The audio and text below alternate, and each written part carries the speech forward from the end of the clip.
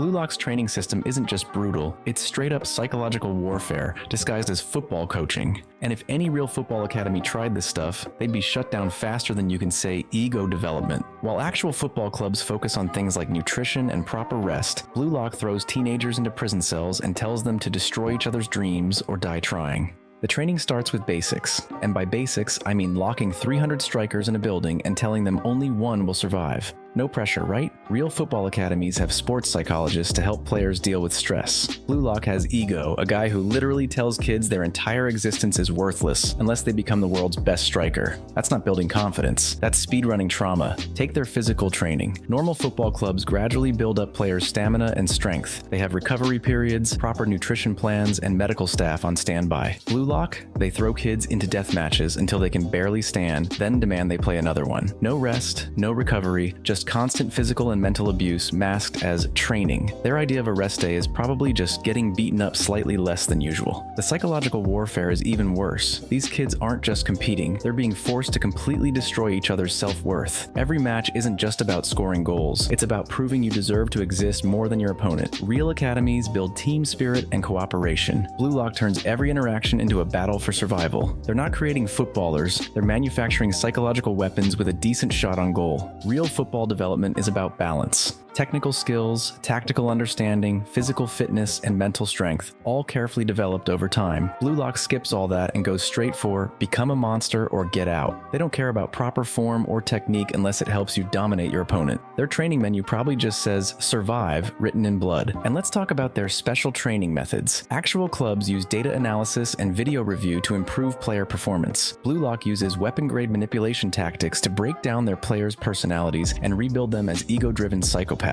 They literally created a system where players have to devour each other's skills. That's not training, that's some villain origin story stuff right there. The whole second selection phase would get any real coach arrested immediately, forcing teenagers to live in total isolation, making them fight for basic necessities, and constantly telling them they're worthless unless they win. That's not developing players. That's running a cult with extra steps. Real academies worry about overtraining their players. Blue Lock worries their players might accidentally develop human empathy. Then there's the ranking system. Normal clubs track player stats to help them improve. Blue Lock ranks players solely on their ability to crush others' spirits. They don't care if you can pass or defend. They only care about how many opponents you can mentally break during a match. They turn football into psychological gladiator combat, where the only way to win is to become an absolute monster. The scariest part? Some of their methods actually work. Players do get stronger, faster, more decisive. But at what cost? They're trading basic human connection and mental stability for raw football ability. Real academies try to develop well-rounded athletes who can have normal lives outside football. Blue Lock's graduates probably can't even order coffee without trying to prove they're better than the barista. Every single training exercise is designed to push players past their breaking point, not to make them stronger, but to completely break down who they are as people. Regular football training builds you up. Blue Lock tears you down and replaces you with a football-obsessed demon who thinks scoring goals is more important than breathing.